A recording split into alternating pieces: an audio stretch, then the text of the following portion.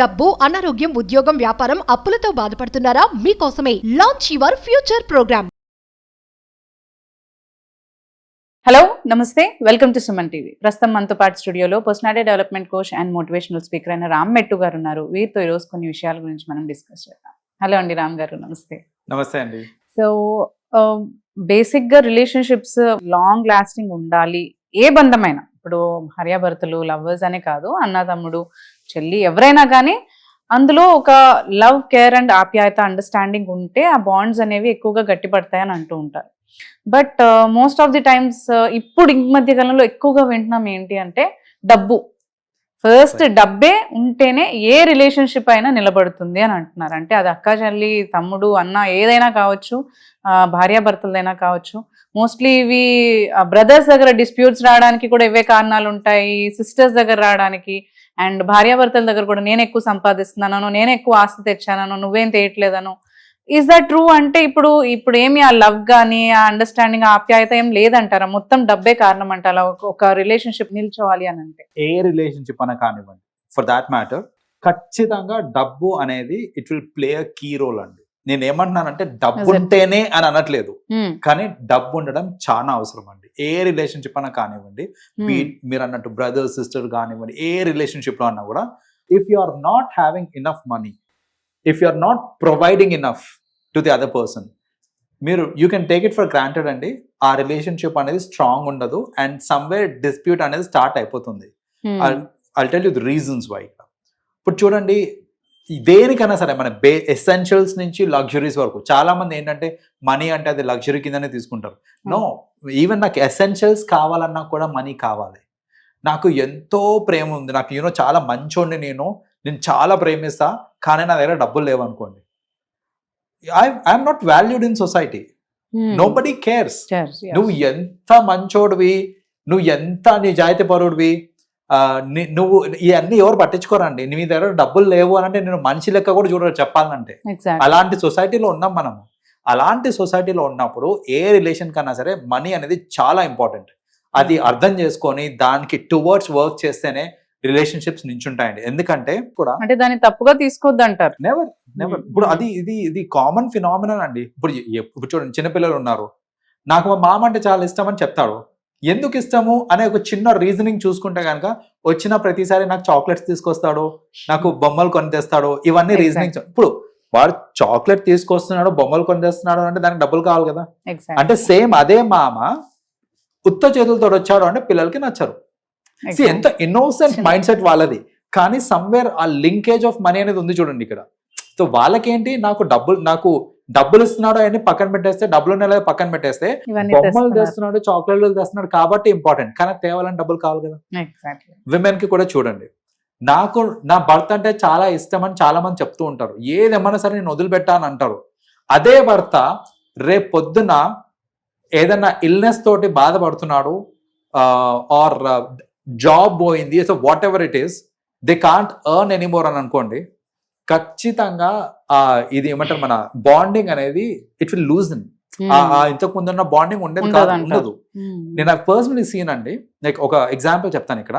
Very well to do of, I don't even want to name the profession, well to do of person, చాలా మంచి సంపాదన ఉండేది అతనికి. Suddenly అతనికి heart attack వచ్చింది.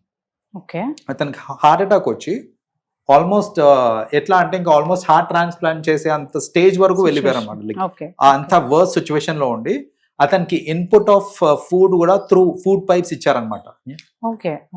ఈ ఇన్సిడెంట్ జరగక ముందు వరకు వైఫ్, హస్బెండ్ అండ్ వాళ్ళకు ఒక డాటర్ చాలా ఆప్యాయంగా ఉండేవాళ్ళు. చాలా అసలు ది ఐడియల్ కపుల్ అని పేరు పెట్టాలంటే వీళ్ళకి పెట్టచ్చు అనే లెవెల్లో ఉండేవాళ్ళు. ఆయన హాస్పిటలైజ్ అయ్యాడు, హీ స్టార్టెడ్ సఫరింగ్. ఈ త్రూ ఫుడ్ మొత్తము త్రూ పైప్సే వెళ్ళాలి. అతను బెడ్ రిడన్, ఇంకా లేవలేడు. 5-6 months he suffered అండి. 5-6 months he suffered.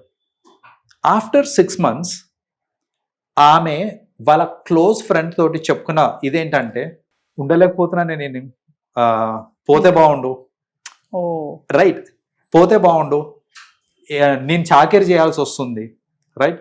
సో నేను చాకరీ చేయాల్సి వస్తుంది, నాకు అంటే లైఫ్ లో ఇంకా హ్యాపీనెస్ లేదు, ఇంకేం లేదు, పొద్దున్న లేచిన దగ్గర నుంచి రాత్రి పడుకునేదాకా ఈయనకి నేను చాకరీ చేసుకుంటూ కూర్చోవాల్సి వస్తుంది. పైగా ఈ ట్రీట్మెంట్ కి దీనికి అంతా ఏంటంటే they had to sell off some assets అనమాట. సో ఎసర్ట్స్ ని కూడా నేను అమ్ముకోవాల్సి వస్తుంది, అవసరమా నాకు ఇదంతా, పోతే బాగుండు అని వాళ్ళ క్లోజ్ ఫ్రెండ్ తోటి షీ షేర్డ్. సో అంటే ఎంత ఆప్యాయంగా ఉన్న కపుల్ కూడా రేపు పొద్దున నువ్వు సంపాదించలేకపోతున్నావు, లేకపోతే నువ్వు ఇంకోటి మీద డిపెండెంట్ అయిపోయావు ఫర్ ఎవ్రీథింగ్ అని అన్నప్పుడు ఖచ్చితంగా ఆ బాండింగ్ అనేది లూజన్ అయిపోతుంది. ఎక్కడో ఉంటారండి, ఒక 100లో 1000లో ఒకళ్ళు ఉంటారేమో అలాంటి సిచ్యువేషన్ కూడా సపోర్ట్ చేసేవాళ్ళు. అందరు అలా అని చెప్పట్లేదు నేను, కానీ లార్జ్లీ చూసుకుంటే, ఎక్కువ శాతం చూసుకుంటే అలాగే ఉంటుంది. రీసెంట్ గా జరిగిన రాఖీ పండగకి కూడా బ్రదర్స్ అందరికి ప్రెషర్ వచ్చేస్తుంటది అనమాట. రాఖీ పండుగ వస్తుంది అని అంటే ఏంటి అని అంటే, ఇప్పుడు మా సిస్టర్ కి ఏదో ఒకటి నేను కొన్ని, ఎవరు ఏ లెవెల్లో ఉంటారో ఆ లెవెల్ ప్రెషర్ అనేది ఉంటుంది అనుకుంటా వాళ్ళకి. అబ్సల్యూట్లీ. ఇప్పుడు ఏంటంటే రాఖీ పండుగ వస్తుంది, ఇప్పుడు మా సిస్టర్ కి నేను ఏదో ఒకటి ఇవ్వాలి, మా సిస్టర్ కి నేను ఏదైనా ఇవ్వాలి అని అంటే నా స్థాయికి తగ్గట్టు నేను ఇవ్వచ్చు. కానీ ప్రాబ్లం ఏంటంటే అక్కడ మా సిస్టర్ తిరిగే సర్కిల్ మొత్తం కొంచెం హైఫై సర్కిల్ ఉంది అనుకోండి, ఇప్పుడు నాకు ప్రెషర్ వచ్చేస్తా అనమాట. ఇప్పుడు మ్యారేజ్ అయిపోతే అదో పెద్దది, అత్తగారు వాళ్ళ దగ్గరికి వెళ్ళాక మీ అన్న తమ్ముడు ఏం పెట్టారు అని అడుగుతారు, అది ఉంటుంది. సో ఇలా ఏంటంటే ఇప్పుడు నేను బాగా పెట్టగలుగుతున్నాను, మంచి గిఫ్ట్ ఇవ్వగలుగుతున్నాను అనుకోండి, everybody is happy including my sister, even she is happy.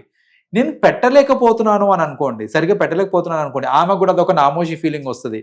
అరే వీళ్ళందరూ చూస్తానేమో బంగారం పెట్టారు, బట్ వీడేంటి నాకు చీర పెట్టాడు అంతే అన్నట్టు ఆ ఫీలింగ్ కూడా వచ్చే ఛాన్సెస్ ఉంటాయి మనకి, రైట్?